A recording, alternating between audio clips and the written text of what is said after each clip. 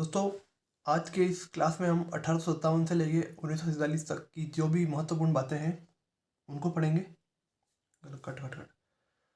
दोस्तों, आज की इस क्लास के अंदर हम 1857 से लेकर 1947 तक की जो भी प्रमुख बातें हैं, यानी कि जो भी प्रमुख घटनाएं हुई है उनको हम पढ़ेंगे। तो इसके अंदर हम शुरू करेंगे 1857 की क्रांति से। 1857 की क्रांति, उसके बाद हम पढ़ेंगे कांग्रेस का उदय। कांग्रेस का उदय, और कांग्रेस के उदय के अंदर हम इसके जो भी अधिवेशन है, अधिवेशन, उसके बाद इसमें हम गरम नरम दल, गरम दल, नरम दल, इनके बारे में पढ़ेंगे। उसके बाद हम तीसरा लेंगे हम गांधी जी को, यानी जो गांधी जी का जो रोल था वो, तो गांधी जी का आगमन और किस तरीके से गांधी जी के आने से जो हमारे स्वतंत्रता आंदोलन है उनकी गति तेज हुई। उसके बाद चौथा हम पढ़ेंगे आंदोलन।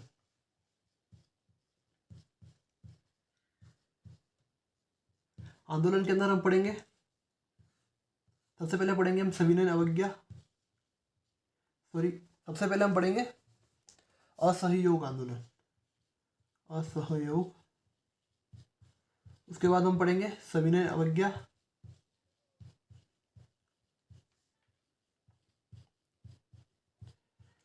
और लास्ट हम पढ़ेंगे भारत छोड़ो।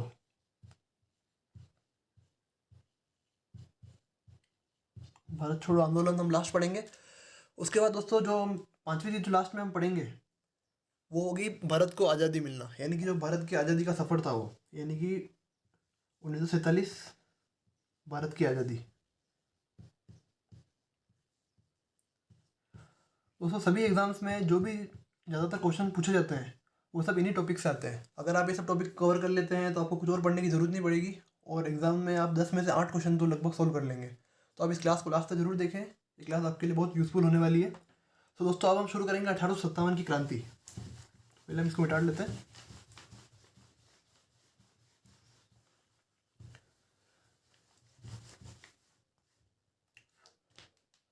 अठारह सौ सत्तावन की क्रांति। दोस्तों, 1857, दोस्तों क्रांति की शुरुआत हुई थी मंगल पांडे से। तो आपने मंगल पांडे का नाम सुना होगा। तो मंगल पांडे जी कौन थे? तो मंगल पांडे जी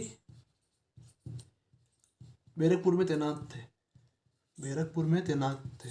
बैरकपुर कहाँ है ये? तो बैरकपुर है ये, कहाँ पर? बैरकपुर वेस्ट बंगाल के अंदर है अभी फिलहाल। उसके बाद ये हुआ ये था कि उस टाइम पे ये हुआ था कि जो इनकी जो बटालियन थी, सॉरी जो इन्फेंट्री थी, 34 नेटिव इन्फेंट्री, तो 34 नेटिव इन्फेंट्री, तो इन्होंने क्या किया था कि जो कारतूस आए थे, यानी जिस पे चर्बी लगी हुई थी, ऐसा क्या कहा जा रहा था, तो उसका विरोध करना स्टार्ट कर दिया इन्होंने। तो इन्होंने इसका विरोध किया। कब किया ये विरोध किया इन्होंने? 29 मार्च को मंगल पांडे जी के द्वारा इसका विरोध किया गया। तो अंग्रेजों ने देखा कि भाई साहब ये तो मान ही नहीं रहा है, वो विरोध कर रहा है। तो इन्होंने क्या किया कि 8 अप्रैल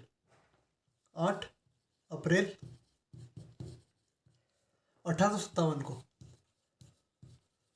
मंगल पांडे जी को फांसी लगा दी कि भैया जी आपको फांसी लगा देंगे। तो फांसी लगा दी इन्होंने, और ये घटना हो गई। तो इसके बाद क्या हुआ कि जो घटना की खबर थी वो सभी तरफ फैलने लगी कि भाई मंगल पांडे जी ने बैरकपुर वेस्ट बंगाल के अंदर विरोध किया, जिसकी वजह से उनको फांसी दे दी गई।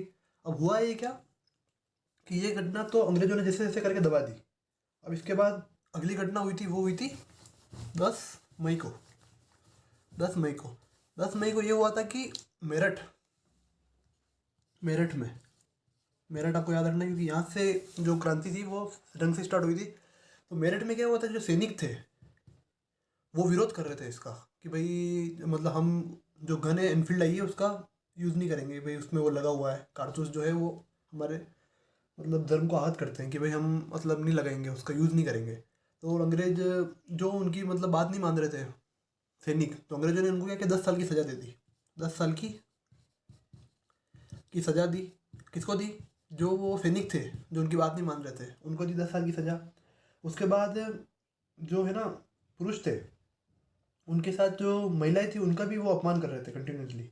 और उसके बाद जो सैनिक थे उनका भी हथियार छीन लिए उन्होंने। तो उन्होंने क्या, जो सैनिकों से हथियार छीन लिए, सैनिकों से हथियार ले लिए भाई इन्होंने। अब हथियार ले लिया, उसके बाद ये जो सिपाही थे वो गुस्सा हो गए कि भाई इन्होंने हमसे हथियार कैसे ले लिए, ये हमारा अपमान कर दिया इन्होंने। तो फिर इन्होंने क्या किया कि 10 मई 1857 को जेल खानों को तोड़ना स्टार्ट किया। तो अब क्रांति भाई शुरू हो गई है यहाँ से 10 मई 1857। सबसे पहले इन्होंने क्या किया, जेल खानों को तोड़ दिया। जो भी जेल खाने थे उनको तोड़ दिया। कि अब जेल खानों को तोड़ के सबसे पहले इन्होंने इनके जो सैनिक थे उनको आज़ाद करा दिया। और उसके बाद जो हथियार थे उनको लूट लिया इन्होंने। और हथियारों को लूट कर इन्होंने दिल्ली कूच कर ली कि भाई अब दिल्ली चलते हैं। क्योंकि इन्होंने वहाँ पर जितने भी सैनिक थे उनको मार दिया, सैनिकों को मार दिया। सैनिकों को मार कर इन्होंने क्या किया, दिल्ली कूच की कि भाई दिल्ली चलते हैं। अब हमारा यहाँ काम हो गया, हमने यहाँ मतलब क्रांति की शुरुआत कर दी, अब दिल्ली चलते हैं। तो वो दिल्ली वहाँ से चले गए। और मेरठ में जो उनको सफलता मिली थी उसी को देखते हुए इन्होंने दिल्ली में कर्नल रिप्ले की हत्या कर दी। आते ही उन्होंने क्या किया दिल्ली में, तो इन्होंने, अब ये मेरठ से कहाँ आ चुके, अब ये दिल्ली आ गए। मेरठ से अब ये दिल्ली आ गए। और दिल्ली आते ही इन्होंने सबसे पहले क्या किया, इन्होंने सबसे पहले किया है, आते ही जो वहाँ का जो कर्नल था उसकी हत्या कर दी। तो कर्नल रिप्ले, नाम भी जोरदार है इसका, रिप्ले की हत्या कर दी इन्होंने। जो कर्नल रिप्ले की हत्या की, उसके बाद इन्होंने क्या किया, दिल्ली पर अपना अधिकार कर लिया। और जैसे इन्होंने दिल्ली पर अपना अधिकार किया, अधिकार करने के बाद जो आसपास के जितने भी मतलब बड़े शहर थे वहाँ पर भाई ये बात फैल गई कि भाई अब एक क्रांति की शुरुआत हो गई, अब सबको इसमें शामिल होना है। और उन्होंने दिल्ली पर आते ही क्या किया, जो बहादुर शाह जफर जी थे, बहादुर शाह जफर जो मुगल राजा थे, उनको इन्होंने सांकेतिक राजा बना दिया कि भाई अब हमारे राजा मतलब अब हम सब मुगलिया झंडे के अंदर आ गए। और जो हमारे बहादुर शाह जफर को इन्होंने राजा बना दिया।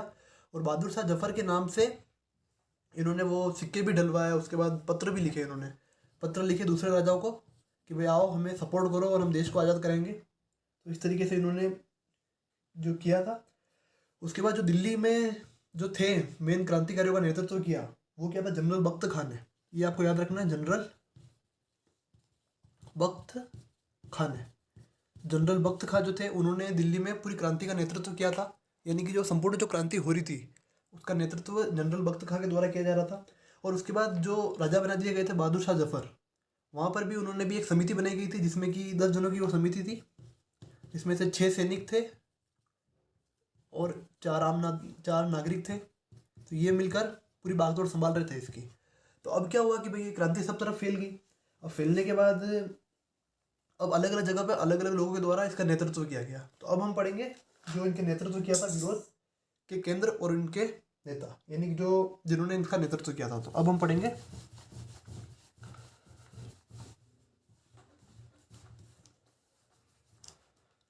विरोध केंद्र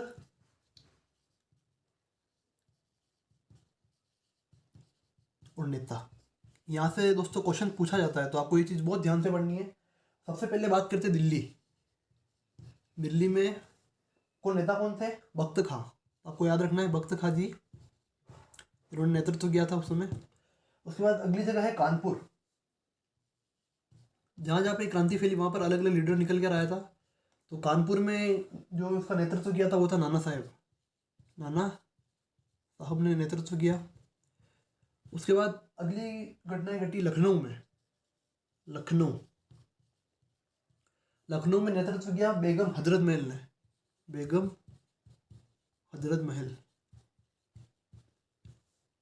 दोस्तों ये भी झांसी की रानी की तरह ही युद्ध में लड़ी थी। तो अगर आपसे नाम पूछा जाए बेगम हजरत महल ने कहाँ से नेतृत्व किया था, तो लखनऊ में नेतृत्व किया था। उसके अलावा अगला है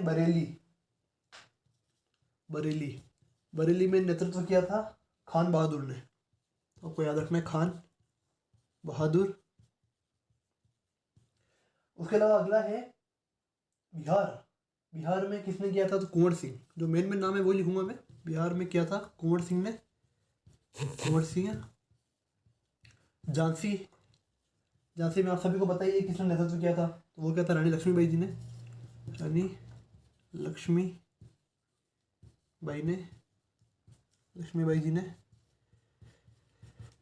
उसके बाद और भी जगह है जिसमें कि गोरखपुर है जिसमें गजाधर सिंह जी ने, हरियाणा में राम तुलाराम जी ने, मंदसौर में शाहजादा हुमायूं ने, उसके अलावा रायपुर में नारायण सिंह जी ने। इन्होंने मतलब जो क्रांति चल गई थी उसका मतलब विरोध किया गया, मतलब जो ये क्रांति कर रहे थे, जो यहाँ पे विद्रोह हो रहा था, सॉरी विरोध नहीं, विद्रोह, यहाँ पे विद्रोह कर दीजिए, ये विद्रोह,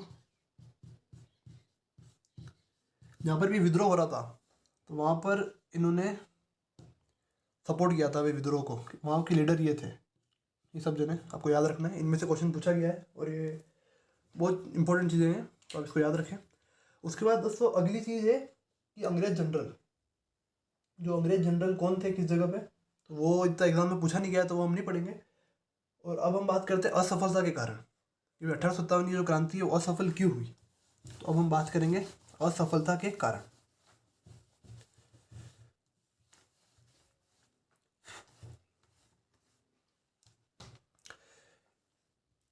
असफलता के कारण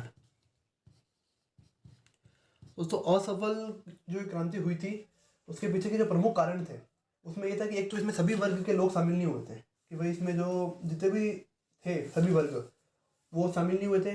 उसके अलावा ये भी था, कारण था कि जो सिपाही थे हमारे देश के वो भी ढंग से हमारे साथ में नहीं थे। उसके अलावा ये जो है वो सीमित क्षेत्र तक ही फैला था, तो ये सब इसके प्रमुख कारण थे। चलिए लिख लिख भी देते हैं इनको। तो पहला कारण था सीमित क्षेत्र तक रहना, तो ये सीमित क्षेत्र तक ही फैला हुआ था, कि भाई ये पूरे भारत में नहीं फैला, अगर पूरे भारत में फैल जाता तो अंग्रेज इसको दबा नहीं पाते, और जब तक अंग्रेज की सेना आती तब तक पूरा भारत में कब्जा हो गया होता जो सेनानी थे उन सब का। उसके अलावा दूसरा जो इसका कारण है वो ये है कि जो भारतीय रजवाड़े थे उन्होंने अंग्रेजों का साथ दिया। तो जो राजा रजवाड़े थे रजवाड़े थे जिन्होंने अंग्रेजों का साथ दिया क्रांति को दबाने में, साथ दिया दबाने में। उसके बाद जो उसके अलावा जो इस युद्ध जो मतलब ये क्रांति हुई थी उसमें असफल होने का एक कारण ये भी था कि योग्य नेता नहीं था, यानी किसी एक के अंडर ये नहीं हो रहा था। जैसे झांसी में रानी लक्ष्मीबाई कर रहे थे विद्रोह, उसके अलावा लखनऊ में हजरत महल जी कर रहे थे। तो जो मेन एक नेता नहीं था जिसके अंडर में ये सब काम हो सके, तो वही था योग्य नेतृत्व एवं सामंजस्य का अभाव था इनमें, योग्य नेतृत्व का अभाव था इनमें।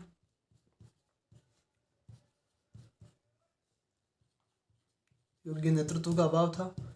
उसके अलावा जो चौथा कारण है वो है कि एकीकृत विचारधारा एवं राजनीतिक चेतना की कमी थी, इनमें राजनीतिक चेतना की कमी थी, और ये सभी वर्गों को अपनी तरफ जोड़ नहीं पाया था। यानी कि जो बहुत से लोग थे वो इसके सपोर्ट में नहीं थे, और सैनिक भी आप लोगों ने विद्रोह नहीं किया था, तो वो भी उसका प्रमुख कारण था। तो ये सब इसके जो प्रमुख कारण थे वो थे। पर इस आंदोलन की सबसे अच्छी बात ये थी कि इसमें हिंदू मुस्लिम एकता दिखाई दी थी, जो कि बहुत इंपॉर्टेंट थी उस टाइम के लिए। उसके अलावा इसके जो प्रभाव पड़े थे उसमें क्या हुआ था कि अब जो पूरे जो शासन था, प्रशासन, वो कंपनी के से हटकर अब ताज के अधीन चला गया था। ताज यानी महारानी विक्टोरिया के अधीन चला गया था। और उसके बाद इस विद्रोह के बाद जो कंपनी का शासन था ईस्ट इंडिया कंपनी का, वो ख़त्म कर दिया गया था इंडिया से, और अब ताज के शासन में आ गए थे हम। दोस्तों अब हम पढ़ेंगे इसके बाद हम कांग्रेस का उदय और कांग्रेस की स्थापना क्यों की गई थी और उसके क्या कारण थे। तो आप वीडियो को लास्ट तक जरूर देखें। चलिए अब शुरू करते हैं। कांग्रेस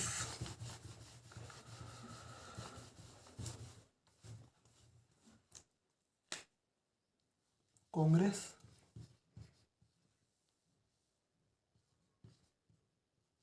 का उदय, भाई कांग्रेस का उदय। तो दोस्तों अब हम पढ़ेंगे कांग्रेस का उदय और इससे जुड़ी हुई महत्वपूर्ण बातें। तो सबसे फर्स्ट हम पढ़ते हैं कि कांग्रेस का गठन कब हुआ। तो कांग्रेस का गठन हुआ था 1885 में। किसके द्वारा हुआ था? ए ओ ह्यूम के द्वारा हुआ था। ए ओ ह्यूम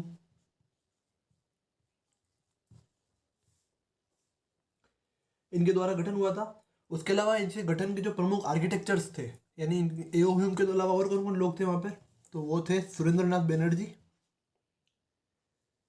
सुरेंद्र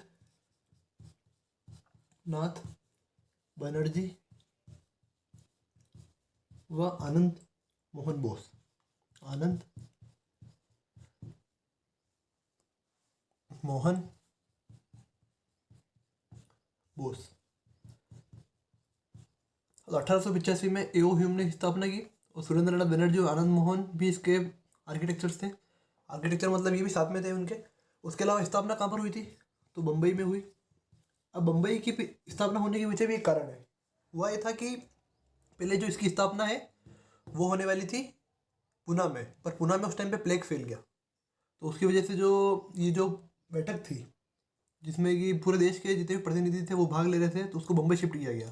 तो बम्बई में जितने भी प्रमुख जो नेता थे उस समय देश के, तो उन सभी देश के नेता इकट्ठे होकर बम्बई में आए और बम्बई में उन्होंने आकर कांग्रेस की स्थापना की। उसके अलावा जो इसका जो प्रथम अधिवेशन हुआ, जो उसका प्रथम अधिवेशन इसकी अध्यक्षता किसने की, ये भी पूछा गया है। तो प्रथम अधिवेशन की प्रथम अधिवेशन की जो अध्यक्षता थी वो की थी व्योमेश चंद्र चटर्जी ने, व्योमेश बनर्जी ने की थी। उसके अलावा जो प्रथम महिला जिन्होंने कांग्रेस को संबोधित किया वो थी कादम्बिनी गांगुली। तो यानी यहाँ लिख सकते हो आप, प्रथम महिला जिसने कांग्रेस को संबोधित किया वो थी कादम्बिनी गांगुली। ये प्रथम ग्रेजुएट भी थी, प्रथम महिला स्नातक भी थी कलकत्ता विश्वविद्यालय से, बिनी गांगुली। और इन्होंने कब किया था, तो इन्होंने ये किया था 1890 में। उसके अलावा दोस्तों जो कांग्रेस को बनाने के पीछे जो कारण था वो एक ये भी था कि जो उस समय के जो लॉर्ड थे, लॉर्ड डफरिन, वो कांग्रेस को एक सेफ्टी वॉल्व की तरह यूज़ करना चाहते थे। तो जो इसके पीछे का एक जो कारण था उसको अभी भी लिख सकते हो कि जो लॉर्ड डफरिन थे वो इसे एक सेफ्टी वॉल्व की तरह यूज़ करना चाहते थे। सेफ्टी वॉल्व मतलब जनता और सरकार के बीच में एक पार्टी जो सेफ्टी वॉल्व का काम करे, तो वो उसको कांग्रेस बनाना चाहते थे। तो कौन उस समय लॉर्ड कौन थे, उस समय पूछा जाए कि कांग्रेस की स्थापना के समय वायसराय कौन थे भारत के, वो थे लॉर्ड डफरिन। डफरिन आपको याद रखना है, तो आप लॉर्ड डफरिन याद रखिए। और एओ ह्यूम कौन थे, तो ये एक जो ब्रिटिश सरकारी अधिकारी थे जिन्होंने कांग्रेस की स्थापना की थी। उसके अलावा दोस्तों कांग्रेस के लक्ष्य व उद्देश्य, तो जो कांग्रेस के जो प्रमुख लक्ष्य थे कि भाई पार्टी बन तो गई, अब इसके लक्ष्य और उद्देश्य क्या होंगे, तो इसके लक्ष्य व उद्देश्य ये थे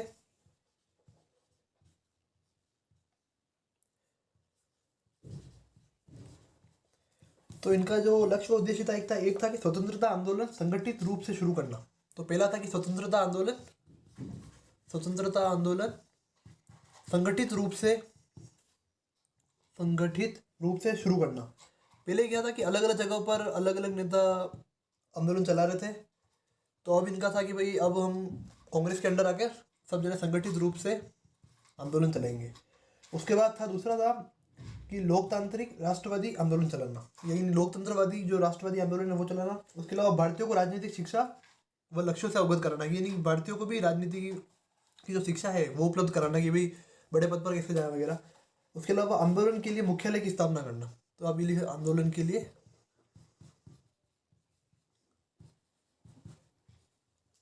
मुख्यालय की स्थापना, आंदोलन के लिए जो मुख्यालय है उसकी स्थापना करना।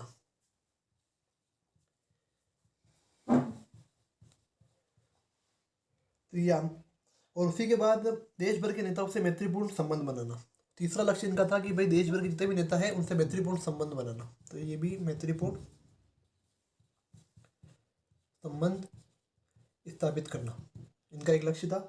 उसके अलावा देशवासियों को एक मत करना, चौथा था देशवासियों को। तो यहाँ पर हम इनके जो प्रमुख उद्देश्य थे उन्हीं की चर्चा करेंगे, बाकी के नहीं पढ़ेंगे। देशवासियों को एक मत करना। और उसके अलावा जो इनका लास्ट था वो था ये कि राष्ट्रवादी अनुभव लाना व राष्ट्रवादी भावना लाना। तो यानी कि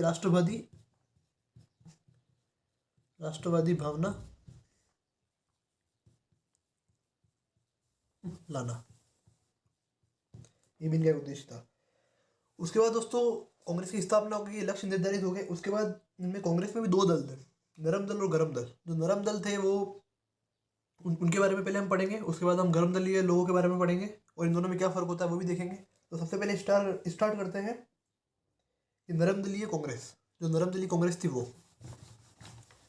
तो आप हेडिंग डाल लीजिए नरम दलीय कांग्रेस।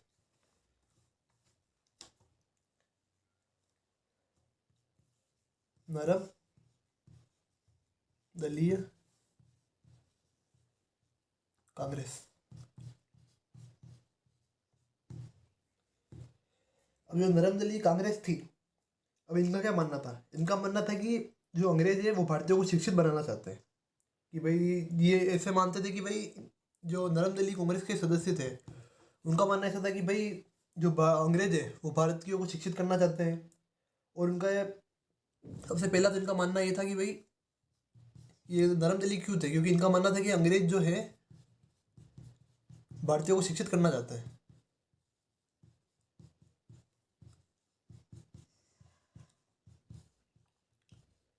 ठीक है। और दूसरा ये था कि इनको लगता था कि याचना कर कर मांगे पूरी हो सकती है।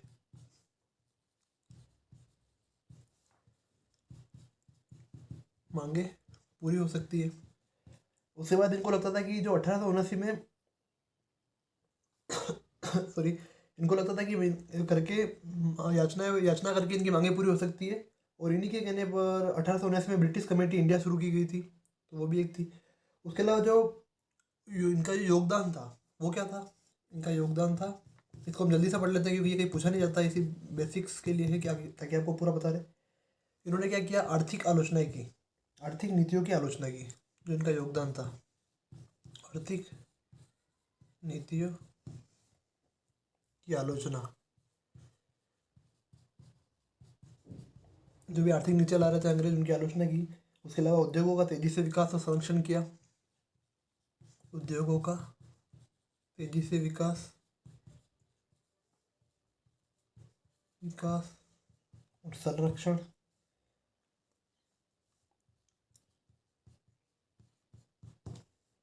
उसके बाद इन्होंने किया भारतीय वस्तुओं का उपयोग व विदेशियों का बहिष्कार। यानी जो भारतीय वस्तुएं थी उनका फिर से प्रयोग करना। यानी बीच में क्या हुआ था कि अंग्रेजों ने रेटें इतनी मतलब चढ़ा दी थी बढ़ती सामान की कि लोग खरीदते ही नहीं थे। भारतीय वस्तुओं का इस्तेमाल करना का पुनः प्रयोग। तो ये सब इनके जो कांग्रेस थी, नरम दलीय कांग्रेस, उनके कार्य थे। तो दोस्तों अब हम बात करेंगे बंगाल विभाजन की। बंगाल विभाजन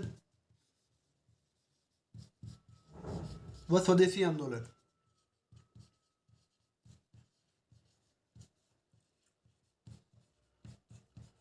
दोस्तों इसमें से भी बहुत से एग्जाम्स में क्वेश्चंस पूछे जाते हैं, तो चलिए हम शुरू करते हैं, क्वेश्चंस की हेल्प से करेंगे हम। तो दोस्तों जो बंगाल का विभाजन है वो हुआ था 16 अक्टूबर 1905 को, आपको याद रखना है। ठीक है, कब हुआ?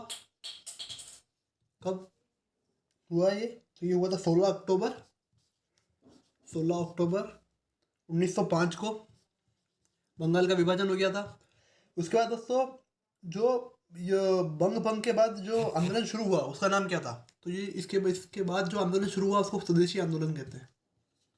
तो दोस्तों जो स्वदेशी आंदोलन की जो घटना है वो असहयोग आंदोलन से भी पहले की है। तो स्वदेशी जो आंदोलन है वो बंगाल विभाजन से जुड़ा हुआ है। यानी कि जब बंगाल विभाजन हुआ था तभी स्वदेशी आंदोलन चलाया गया था। और स्वदेशी आंदोलन की जो मुख्य थीम थी वो ये थी कि भाई इस टाइम पे हम क्या करेंगे, हम सिर्फ हमारे देश में बनी हुई चीज़ों का उपयोग करेंगे और हम बाहर की चीज़ में से किसी भी चीज़ का उपयोग नहीं करेंगे, और जिससे कि मतलब अंग्रेजों को रेवेन्यू पहुंचाए, यानी कि अंग्रेजों का जो कारोबार है वो बढ़े, और हम सिर्फ भारतीय वस्तुओं का ही उपयोग करेंगे। ये चीज़ हुई थी जब बंगाल का विभाजन करने वाला गवर्नर जनरल। दोस्तों पूछा जाता है कि बंगाल का विभाजन किस गवर्नर जनरल ने किया? तो उस समय जो बंगाल विभाजन हुआ उस समय गवर्नर था, गवर्नर कौन था? तो था लॉर्ड कर्जन। लॉर्ड कर्जन ये क्वेश्चन भी पूछा गया है कि भाई बंगाल विभाजन किस वायसराय ने किया था, सॉरी किस गवर्नर ने किया था, तो गवर्नर था वो लॉर्ड कर्जन ने किया था। उसके बाद आपको याद रखना है कि बंगाल विभाजन के समय बंगाल का लेफ्टिनेंट गवर्नर कौन था, और लेफ्टिनेंट गवर्नर अगर पूछे तो वो भी आपको याद रखना है। लेफ्टिनेंट गवर्नर कहाँ का था, बंगाल का, तो उस समय कौन था, sir Andrews Fraser, sir Andrews Fraser था। उसके बाद जब बंगाल का विभाजन के जो विरोध में जो आंदोलन हुआ, जिसके विरोध में जो आंदोलन चलाया गया, तो आंदोलन का नेतृत्व किया था,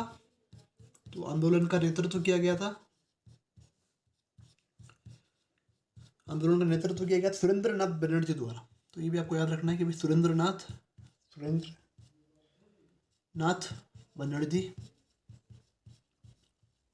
बनर्जी के द्वारा आंदोलन का नेतृत्व किया गया था। उसके बाद दोस्तों बंगाल में जो ब्रिटिश की वस्तुओं था उनका जो बहिष्कार करेंगे, उसका सबसे पहले सुझाव दिया था, वो दिया था कृष्ण कुमार मित्र ने। तो वो भी आपको याद रखना है।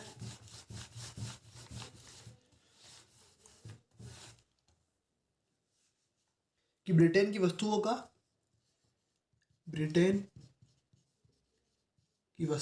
बहिष्कार करना है,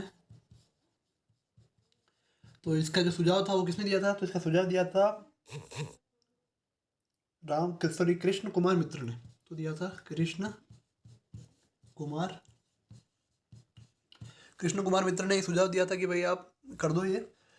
उसके बाद अगला ये है कि बंगाल का विभाजन किस कारण की वजह से किया गया था। अगर कारण पूछे तो कारण क्या था कि बंगाली जो राष्ट्रवाद था वो काफ़ी बढ़ गया था, तो उसको दुर्बल करने के लिए उन्होंने बंगाल विभाजन किया था। अब बंगाल विभाजन क्यों हुआ था, बंगाल विभाजन का कारण ये था कि राष्ट्रवाद बहुत ज़्यादा बढ़ गया था यहाँ पर। राष्ट्रवादी नेता बहुत निकल रहे थे, तो इन्होंने सोचा कि चलो इसको बंटवारा कर देते हैं। तो राष्ट्रवाद अलग अलग स्टेट में धर्म के नाम पर बांट देते हैं ताकि जो राष्ट्रवाद है वो कम हो जाएगा। तो इन्होंने राष्ट्रवाद को कम दुर्बल करने के लिए इसका बंटवारा किया था। तो ये सब जो प्रमुख बातें हैं इसकी बंगाल विभाजन की, अगर आप कर लेते हैं तो आपको कुछ और पढ़ने की जरूरत नहीं पड़ेगी, तो आप ये कर लें। उसके बाद दोस्तों ये है कि ब्रिटिश पत्रकार जो थे H.W. नेविंसन, उन्हें ये जो थे वो इस आंदोलन से जुड़े हुए थे, ये फैक्ट भी आपको याद रखना है। उसके अलावा स्वदेशी और बहिष्कार जो पहली बार आया था वो इसी आंदोलन में आया था। तो इस आंदोलन की मेन जो नोट करके आप नोट कर सकते हैं कि स्वदेशी अपनाओ, स्वदेशी व विदेशी बहिष्कार, विदेशी वस्तुओं का बहिष्कार पहली बार किस आंदोलन में किया गया था, तो वो स्वदेशी आंदोलन में किया गया था, और वो बंगाल विभाजन से जुड़ी हुई जो आंदोलन था उसमें शुरू किया गया। तो दोस्तों चलिए अब शुरू करते हैं गांधी जी का आगमन। दोस्तों जो गांधी जी के पिताजी थे करमचंद जी, वो कहाँ के दीवान थे, वो थे पोरबंदर, राजकोट और बीकानेर के दीवान थे। उसके बाद क्या हुआ था कि गांधी जी अफ्रीका चले गए थे। अब अफ्रीका में कितने साल रुके थे, तो अफ्रीका में गांधी जी रहे थे, दक्षिण अफ्रीका था, अफ्रीका में रुके 21 साल वहाँ रहे। 21 साल गांधी जी दक्षिण अफ्रीका में रहे। उसके बाद भारत लौटे। तो भारत कब लौटे थे, 1915 में। तो दोस्तों जब गांधी जी 1915 में भारत लौटे तो उन्होंने उनके जो कार्य थे दक्षिण अफ्रीका में वो अपने कार्य कर चुके थे वहाँ पर। तो जिनकी वजह से क्या, तो भारत में बहुत ज़्यादा लोग उनको पहचानने लगे थे और ये भारत में प्रसिद्धि प्राप्त कर चुके थे। तो गांधी जी की वैल्यू अलग ही हो गई थी भारत में आने से पहले। उसके बाद दक्षिण अफ्रीका में जिस स्टेशन पर गांधी जी को ट्रेन से फेंका गया था, तो दक्षिण अफ्रीका में क्या होता है कि एक स्टेशन पर गांधी जी को ट्रेन से बाहर फेंक दिया गया था, तो उस रेलवे स्टेशन का नाम क्या था, तो गांधी जी को, ये जो एग्जाम से पूछे जाते हैं, गांधी जी को ट्रेन से फेंका गया,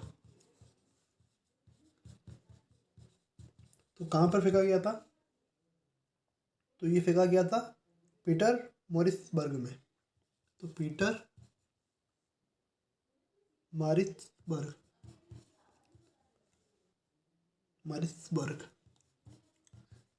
यहाँ पर गांधी जी को ट्रेन से बाहर फेंक दिया गया था।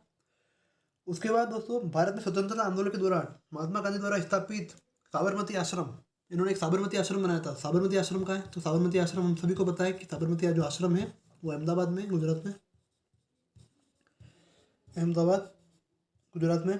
उसके बाद महात्मा गांधी ने अहमदाबाद के निकट साबरमती के किनारे पर एक आश्रम भी बनाया था। तो उनकी जो आश्रम का नाम क्या था? तो आश्रम का नाम था सत्याग्रह आश्रम। ये भी आपको याद रखना है। तो जो गांधी जी के राजनीतिक गुरु कौन थे? तो गांधी जी के राजनीतिक गुरु का नाम बताओ। तो राजनीतिक गुरु कौन थे? तो गोपाल कृष्ण गोखले जी थे जो इनके राजनीतिक गुरु थे। तो गोपाल कृष्ण गोखले इनके गांधी जी जो थे उनके राजनीतिक गुरु माने जाते हैं। उसके बाद दोस्तों और भी गांधी जी से जुड़ी हुई बातों के बारे में चर्चा करेंगे। पहले मैं इनको मिटा लेता हूँ। तो दोस्तों अब आगे बढ़ते हैं। अगला क्वेश्चन ये है, चलिए दोस्तों अब और गांधी जी के बारे में क्वेश्चन के, चलिए दोस्तों अब और देखते हैं गांधी जी के बारे में। तो दोस्तों एक गांधी जी को सर्वप्रथम राष्ट्रपिता किसने कहा? सर्वप्रथम राष्ट्रपिता किसने कहा? राष्ट्रपिता गांधी जी को किसने कहा था? तो ये कहा था सुभाष चंद्र बोस ने कहा था सर्वप्रथम, सुभाष चंद्र बोस। दोस्तों ये वीडियो पूरा देखिए, एक भी क्वेश्चन आपके इससे बाहर नहीं जाएगा। सुभाष चंद्र बोस ने जो थे उन्होंने गांधी जी को सर्वप्रथम राष्ट्रपिता कहा था। उसके बाद गांधी जी के नाम में महात्मा शब्द जोड़ा था। सबसे पहले महात्मा शब्द जोड़ा, सर्वप्रथम किसने जोड़ा था महात्मा शब्द गांधी जी के नाम में? किस सत्याग्रह के बाद जोड़ा गया था? तो महात्मा शब्द जो जोड़ा गया था गांधी जी के आगे, तो वो जोड़ा गया था चंपारण सत्याग्रह के दौरान, यानी चंपारण सत्याग्रह के दौरान जो महात्मा शब्द जोड़ा गया था इनके नाम, वो गांधी जी को महात्मा के तौर पर संबोधित किया। तो महात्मा संबोधित किया वो किया था रविंद्रनाथ टैगोर ने। रविंद्रनाथ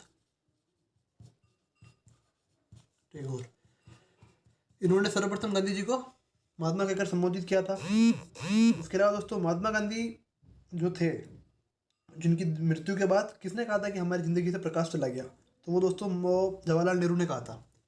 तो ये आपको याद रखना है, इसको लिखने की जरूरत नहीं है। उसके बाद गांधी जी किसने महात्मा गांधी को आदेशित किया था कि वह भारत में प्रथम वर्ष खुले कान और मुंह बंद कर व्यतीत करे? तो वो थे गोपाल कृष्ण गोखले ने कहा था। ये चीज़ भी आपको याद रखनी है। उसके बाद गलत साधन हमें कभी भी सही उद्देश्य तक नहीं ले जा सकते, ये भी गांधी जी के द्वारा की कही गई बात थी।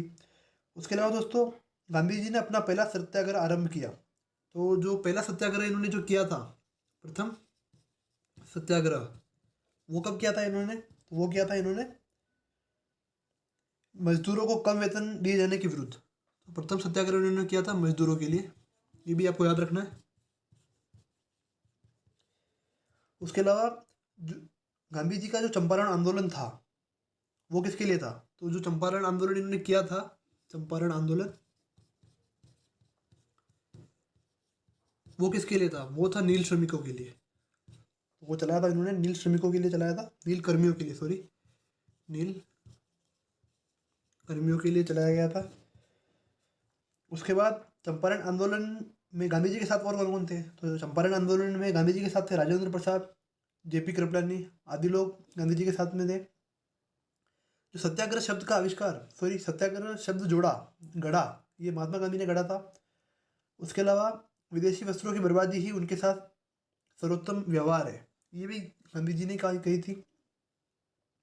तो ये दोस्तों ये सब थी गांधी जी से जुड़ी हुई महत्वपूर्ण बातें जो कि एग्जाम्स में पूछी जाती है, तो आपको ये सब याद रखना है। उसके अलावा इनके बारे में जो इन्होंने जो भी आंदोलन चलाए थे वो हम आगे पढ़ेंगे। तो आप हमारी वीडियो को कंटिन्यू देखते ही जाइए।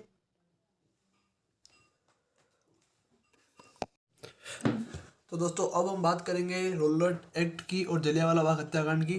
तो सबसे पहले हम बात करते हैं रॉलेट एक्ट क्या था। रॉलेट एक्ट क्या था?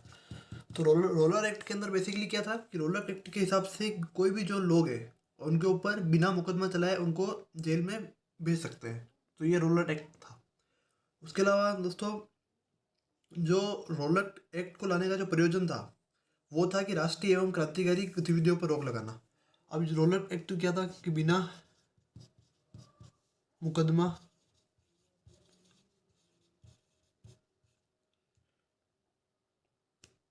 चले जेल में भेजना, ठीक है। उसके बाद रोलर एक्ट जो था उसका प्रयोजन क्या था लाने का, इसका जो प्रयोजन था वो था, इसका प्रयोजन था जो राष्ट्रीय और क्रांतिकारी गतिविधियां होती है, जो राष्ट्रीय व क्रांतिकारी गतिविधियों पर रोक लगाना।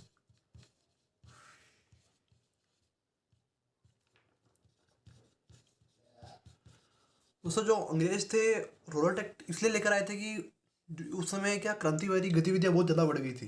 अब वो इतनी बढ़ गई थी कि अंग्रेज उनको कंट्रोल नहीं कर पा रहे थे, तो उन्होंने सोचा कि चलो एक ऐसा एक्ट लाया जाए जिसकी वजह से जिससे हम बिना मुकदमा चलाए जो लोग हैं उनको जेल में भेज सकें और जो राष्ट्रीय व क्रांतिकारी गतिविधियां है उस पर रोक लगा सके, ताकि जो स्वतंत्रता संग्राम है वो सब आगे नहीं बढ़े। तो ये इनका प्रमुख था। उसके अलावा रोलर एक्ट को लागू किया गया। तो ये एक्ट जो है ये 1919 में लागू किया गया। तो दोस्तों ये है रोलर एक्ट से जुड़ी महत्वपूर्ण बात, आपको ये सब चीज़ें ध्यान रखनी है, ये पूछा जाता है। उसके अलावा जब ये पारित हुआ उस समय जो भारतीय गवर्नर जनरल थे, यानी अगर पूछा जाए भाई रोलर एक्ट पारित हुआ जब भारत के गवर्नर जनरल कौन थे, तो उस समय गवर्नर जनरल थे Lord Chelmsford. Lord Chelmsford, Chelmsford, ये भी आपको याद रखना है। उसके बाद दोस्तों जो इस एक्ट के विरोध में ही जो जलियांवाला बाग है वहाँ पर मीटिंग हुई थी, फिर जनरल डायर ने वहाँ गोलियाँ चला दी थी और जलियांवाला बाग हत्याकांड हो गया था। तो दोस्तों अब आगे हम बात करते हैं कि जो जलियांवाला बाग था वो हत्याकांड हुआ। जो जलियांवाला बाग हत्याकांड कब हुआ, तो ये हुआ था 13 अप्रैल 1919 को। जलियांवाला बाग हत्याकांड हुआ था। इसमें ये हुआ था कि जो जनरल डायर थे उन्होंने सीधी गोलियों की बौछार कर दी थी जो लोग बैठे हुए थे अंदर उसके ऊपर। और दोस्तों ये कहा जाता है कि उसमें बहुत सारे लोग मरे थे। और जो इसके समय में यानी कि जो गवर्नर जनरल थे वो भी चेम्सफोर्ड ही थे, क्योंकि सेम ही घटना हुई थी। उसके अलावा ये वह एक जिसके कारण सार्वजनिक रोष की लहर उमड़ी, फलस्वरूप जलियांवाला बाग में ब्रिटिश द्वारा जनसंहार की घटना घटी। तो वो एक्ट कौन सा हो जाएगा, तो वो एक्ट भी रोलर एक्ट ही होगा।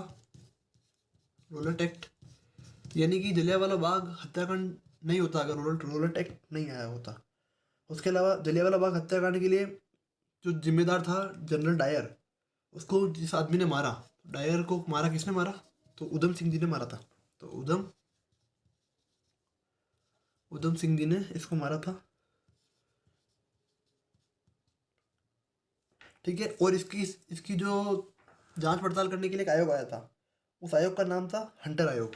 तो आयोग का नाम क्या हो जाएगा, हंटर आयोग। ये भी आपको याद रखना, ये भी पूछा जाता है कि आयोग का क्या नाम था जो जलियांवाला बाग हत्याकांड में जांच करने के लिए आया था, तो वो भी यही था। उसके अलावा जो ये घटना थी जलियांवाला बाग, ये सभी को पता है कहाँ घटी थी, ये अमृतसर में घटी थी। तो ये सब जो प्रमुख बातें हैं दोस्तों ये विभिन्न एग्जाम में पूछी जाती है, तो ये आपको याद रखना है। दोस्तों अब हम पढ़ेंगे असहयोग आंदोलन। असहयोग आंदोलन,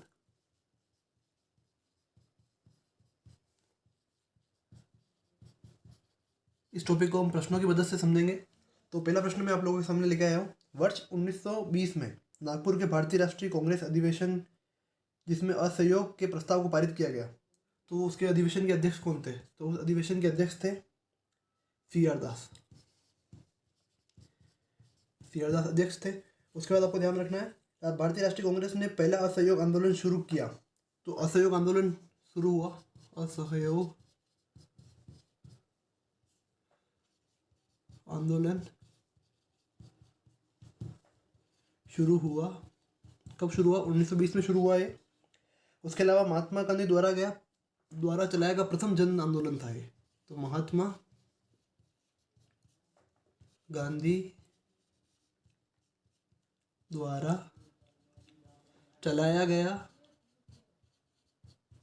गया प्रथम जन आंदोलन कौन सा था? तो महात्मा गांधी द्वारा चलाया गया प्रथम जन आंदोलन था असहयोग आंदोलन। असहयोग आंदोलन था। और इसी में गांधी जी ने नारा दिया था एक वर्ष में स्वराज। गांधी जी ने नारा दिया था, वो भी इस आंदोलन में ही दिया था। उसके बाद जो असहयोग आंदोलन की अवधि रही थी, तो इस आंदोलन की अवधि रही थी 1920 से लेकर, जो इस आंदोलन की अवधि थी वो थी 1920 से 1922 तक। 1922 तक फिर वो चोरा चोरी की घटना हो गई थी, उसके बाद गांधी जी ने ये आंदोलन वापस ले लिया था। तो वो चीज़ हुई थी, वो भी हम आगे पढ़ेंगे। उसके बाद दोस्तों ब्रिटिश सरकार ने महात्मा गांधी को जो उपाधि दी थी और जिससे उन्होंने असहयोग आंदोलन में वापस कर दिया था, तो वो थी कैसर ए हिंद। तो वो जो उपाधि थी जिसको गांधी जी ने वापस कर दिया था वो थी कैसर ए हिंद। कैसर ए हिंद, ये अंग्रेजों ने गांधी जी को एक उपाधि दी थी, पर जब असहयोग आंदोलन शुरू हुआ तो गांधी जी ने क्या किया कि ये उपाधि इनको अंग्रेजों को वापस लौटा दी कि भाई आप रख लो वापस, मुझे नहीं चाहिए। उसके बाद नेक्स्ट है कि महात्मा गांधी, मदन मोहन मालवीय और तेज बहादुर सप्रू तथा चित्तरंजन दास में से असहयोग आंदोलन के दौरान अपनी वकालत छोड़ दी थी। तो वो चित्तरंजन दास थे, चित्तरंजन दास। इन्होंने क्या किया था कि इन्होंने अपनी वकालत छोड़ दी थी असहयोग आंदोलन के टाइम पे, अपनी वकालत छोड़ी। ये वकील थे इसलिए। उसके बाद बाल गंगाधर तिलक, लाला लाजपत राय, मोतीलाल नेहरू और सी आर दास, सॉरी चित्तरंजन दास में से वह नेता जिन्होंने असहयोग आंदोलन को समर्थन दिया परंतु इसके परिणाम नहीं देख सके, तो वो थे बाल गंगाधर तिलक। बाल गंगाधर तिलक, क्योंकि उनकी मृत्यु हो गई थी। इनकी मृत्यु होने के बाद कारण ये इसके परिणाम नहीं देख सके थे, यानी कि 1920 के आसपास ही मर गए थे। उसके बाद अगला क्वेश्चन है कि चोरी चोरा कांड की वास्तविक तिथि, जो चोरी चोरा कांड था वो कब हुआ था? चोरी चोरा कांड हुआ था। तो चोरी चोरा कांड कब हुआ था दोस्तों? तो ये हुआ था 5 फरवरी 1922 में। और ये चोरी चोरा कहाँ पर स्थित है? तो चोरी चोरा स्थित है ये गोरखपुर में। गोरखपुर भी आपको याद रखना है। तो ये सब फैक्ट से जो एग्जाम में पूछे जाएंगे। उसके बाद अगला है कि गांधी जी ने असहयोग आंदोलन वापस लिया था, तो ये चोरी चोरा कांड की वजह से वापस लिया था। महात्मा गांधी ने असहयोग आंदोलन को अपनी हिमालय जैसी भूल बताई थी, तो वो चोरी चोरा जो घटना हुई थी उसके बाद ही बताई थी। उसके अलावा चोरी चोरा की घटना के समय महात्मा गांधी थे तो वो बारदोली में थे उस टाइम जब ये घटना हुई थी, उस समय गांधी जी बारदोली में थे। असहयोग आंदोलन 1920 से प्रारंभ हुआ, वह समाप्त हुआ थी भाई 1922 में समाप्त हुआ था।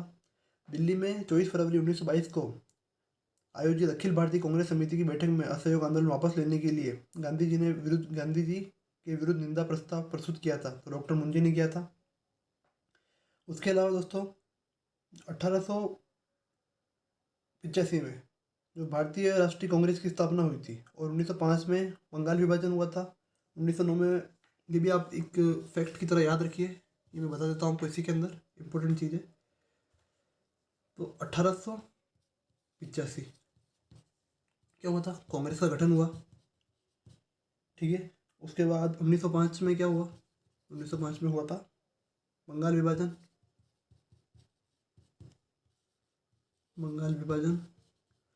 उसके बाद 1909 में मार्ले मिंटो सुधार हुए। तो ये सब चीज़ें आपको याद रखनी है। ये भी असहयोग आंदोलन से जुड़ी हुई नहीं है, पर ये सब डेट अगर आप याद रखोगे तो जिस समय जो याद आ रहा है मैं बताता जा रहा हूँ मैं आपको, तो आप लिखते जाइए, अगर कहीं पे अगर लिख सकते हैं तो ये आपको बहुत हेल्प करेगा। उसके बाद दोस्तों अगला है कि असहयोग आंदोलन के दौरान विदेशी वस्त्रों के जलाए जाने पर महात्मा गांधी को लिखा था कि यह निष्ठुर बर्बादी है। तो ये किसने लिखा था? रविंद्रनाथ टैगोर ने। तो जो रविंद्रनाथ टैगोर थे उन्होंने कहा कि भाई जो कपड़े जला रहे हो उसको मत जलाओ, ये मतलब बर्बादी है एक हिसाब से। तो रविंद्रनाथ टैगोर जी ने कहा था ये चीज़, तो आपको उनके बारे में भी याद रखना है। उसके अलावा 1923 से 1928 के काल में भारतीय राजनीति में क्रांतिकारी गतिविधियों की पुनरावृत्ति का कारण था।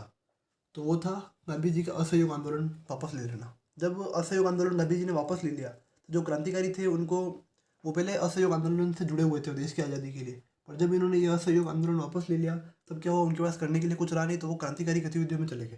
तो जिसके कारण क्या हुआ कि जो भारतीय राजनीति थी उसमें क्रांतिकारी गतिविधियाँ थी वो बहुत ज़्यादा बढ़ गई थी, क्योंकि अब कंट्रोल में नहीं रही थी। तो ये सब आपको याद रखना है। उसके बाद अब हम आगे पढ़ेंगे स्वराज पार्टी का गठन, साइमन कमीशन। तो स्वराज पार्टी का गठन इतना इंपॉर्टेंट नहीं, अब हम पढ़ेंगे साइमन कमीशन। तो दोस्तों अगला टॉपिक आप डाल दीजिए Simon commission. Simon commission, Simon commission. अब जो साइमन कमीशन भारत आया, तो ये भारत आया कब आया था? भारत भी आया था 1928 के अंदर भारत आया। जब उस समय नारे लगे थे Simon go back, Simon go back. Simon commission के विरुद्ध भारतीय जन आंदोलन हुआ, क्योंकि जो साइमन कमीशन में था कोई भी भारतीय सदस्य नहीं था। तो आपको याद रखना है, कोई भी भारतीय सदस्य का ना होना।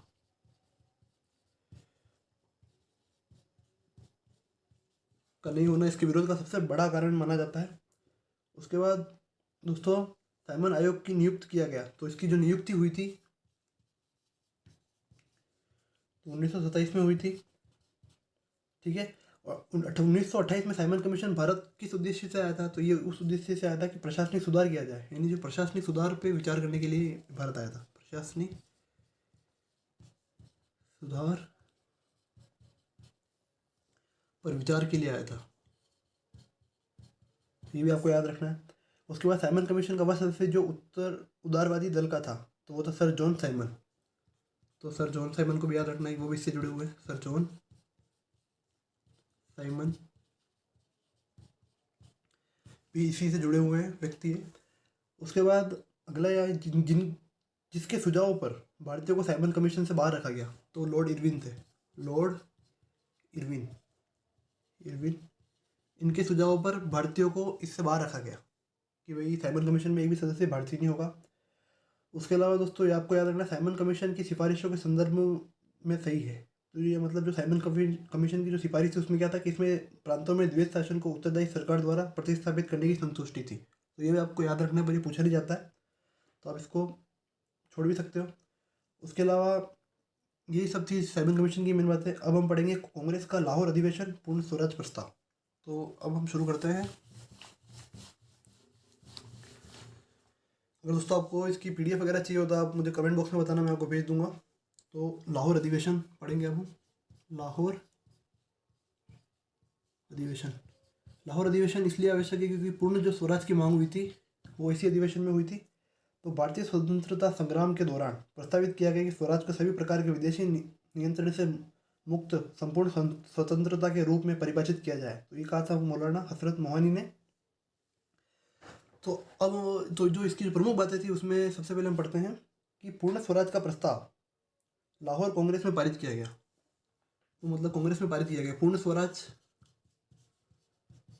स्वराज आया। और ये जो लाहौर अधिवेशन हुआ था 1929 में हुआ था, तो 1929 के अंदर आया। उसके बाद भारतीय राष्ट्रीय कांग्रेस का पूर्ण स्वराज का प्रस्ताव पारित हुआ। तो उसके अध्यक्ष कौन थे? तो इस समय इसके अध्यक्ष थे जवाहरलाल नेहरू जी। तो इसकी अध्यक्षता जवाहरलाल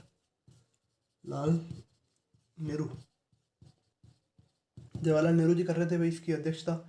और पहली बार तिरंगा फहराया गया। तो कब फहराया गया? पहली बार तिरंगा फहराया गया। तो वो कब फहराया गया? 31 दिसंबर 1929 को फहराया गया। उसके बाद जो जवाहरलाल नेहरू थे उन्होंने पहली बार किसी अधिवेशन की अध्यक्षता की थी, वो लाहौर अधिवेशन ही था। इसी के अंदर जो थे उन्होंने, जो पंडित जवाहरलाल नेहरू थे उन्होंने इसकी अध्यक्षता की थी। तो ये सब जो बातें थी वो लाहौर अधिवेशन से जुड़ी हुई थी। तो आपको ये सब बातें भी ध्यान रखनी है। इसके बाद दोस्तों अब हम पढ़ेंगे सविनय अवज्ञा आंदोलन, कि सविनय अवज्ञा आंदोलन की शुरुआत कैसे हुई थी, कब हुआ था। तो अब आप हेडिंग डाल दीजिए सविनय अवज्ञा आंदोलन। तो सविनय अवज्ञा आंदोलन दोस्तों ये एक क्विक रिवीजन क्लास है आपकी, जो इंपॉर्टेंट फैक्ट्स है इसको कवर करेगी। तो अगर आप ये देख के जाते हो तो आपको कुछ और पढ़ने की ज़रूरत तो नहीं है मेरे हिसाब से, और भी चाहे तो पढ़ सकते हो। सविनय अवज्ञा, सविनय अवज्ञा आंदोलन। अब सविनय अवज्ञा आंदोलन का मतलब ये होता है कि हम आपकी आज्ञा नहीं मानेंगे। तो कुल मिला के आप इसी को इसी से समझ लीजिए, हम अंग्रेजों की आज्ञा नहीं मानेंगे और हम हमारा विरोध करेंगे हमारे हिसाब से। तो गांधी जी ने डांडी मार्च प्रारंभ की थी, तो इसके अंदर सबसे पहले आता है डांडी मार्च। तो डांडी मार्च भी एक इम्पोर्टेंट फैक्ट है, सबको याद रखना है। डांडी मार्च कहाँ से स्टार्ट की गई थी? ये 12 मार्च 1930 को स्टार्ट की थी गांधी जी ने, 12 मार्च 1930 से। और कहाँ से स्टार्ट की इन्होंने? साबरमती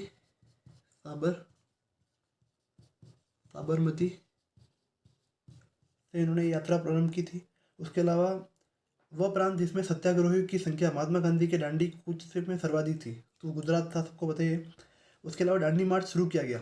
जो डांडी मार्च है वो शुरू क्यों किया गया? तो वो था नमक कानून को तोड़ने के लिए। ये नमक कानून को तोड़ने के लिए,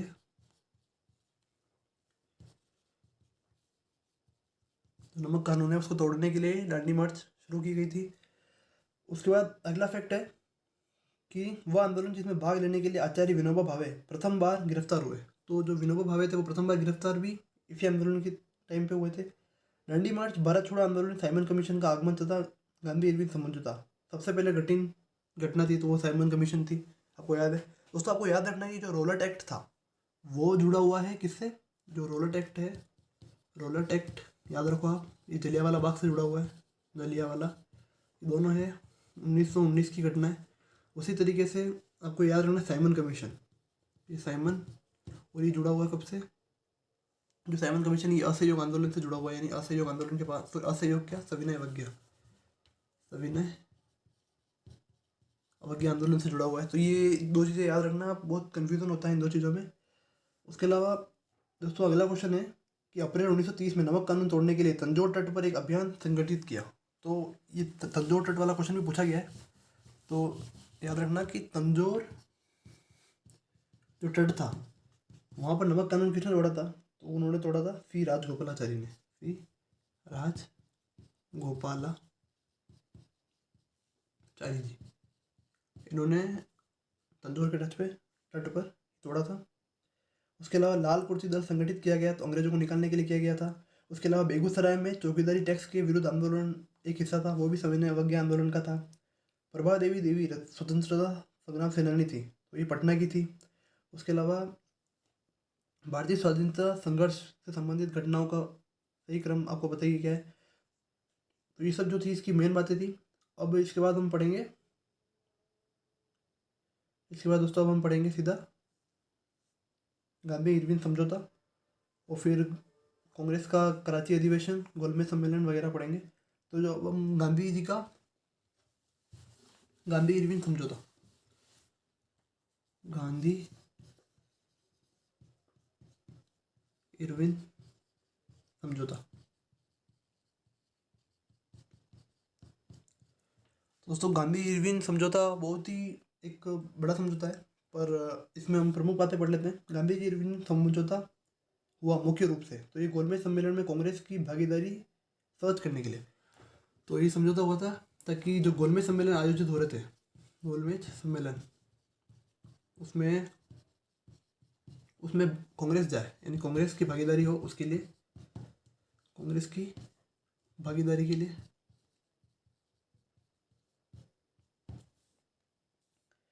उसके बाद दोस्तों 5 मार्च 1931 को ये समझौता हुआ था, तो आपको याद रखना है 5 मार्च 1931 को ये समझौता हुआ था, ये भी आपको याद रखना है।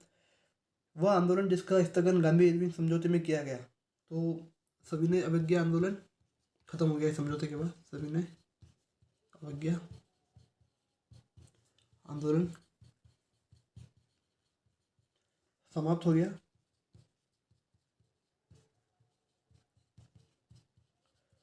हो गया समझौते के बाद। उसके बाद इरविन तथा गांधी जी को दो महात्मा कहा तो सरोजिनी नायडू था। तो सरोजिनी नायडू थी, उन्होंने इरविन और गांधी जी दोनों को नायडू ने दो महात्मा कहा, दो महात्मा कहकर संबोधित किया। तो ये सब फैक्ट आपको गांधी इरविन समझौता से याद रखने हैं। उसके अलावा अगर आप इसमें और जानना चाहें तो आप जा सकते हैं डीप में, पर डीप में जाने से आपको एग्जाम पर्पज से नहीं मिलेंगे। अगर आप किसी बड़े एग्जाम की प्रिपरेशन करते हो तो आपको इसमें डेप्थ में पढ़ने की ज़रूरत है। उसके अलावा अगला क्वेश्चन है, गांधी इरविन समझौते के हस्ताक्षरित होने में महत्वपूर्ण भूमिका निभाई। तो वो थे तेज बहादुर सप्रू। इन्होंने एक प्रमुख भूमिका निभाई थी गांधी इरविन समझौते